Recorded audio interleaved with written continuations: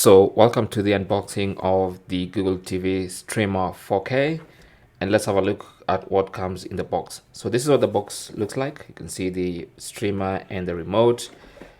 You can see that, and then the back we have this pull up like that. So just pull it out and then get in the box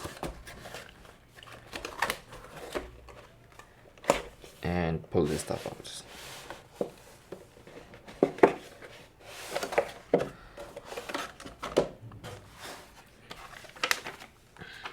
So just lift off this paper. Then we have the remote control. Very nice tactile remote control. We have a set of AAA batteries, which should be for the remote.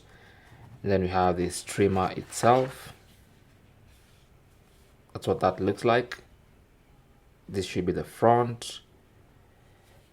And then at the back we have a button here. We have this little hole, Type-C port. We have Ethernet cable port for wired internet and a HDMI port. So that's all. Then we have some documentation here, and on the side, on both sides actually, we have a power brick here, and on the other side we have a full-size USB to Type-C cable. Okay, so that's what comes in the box.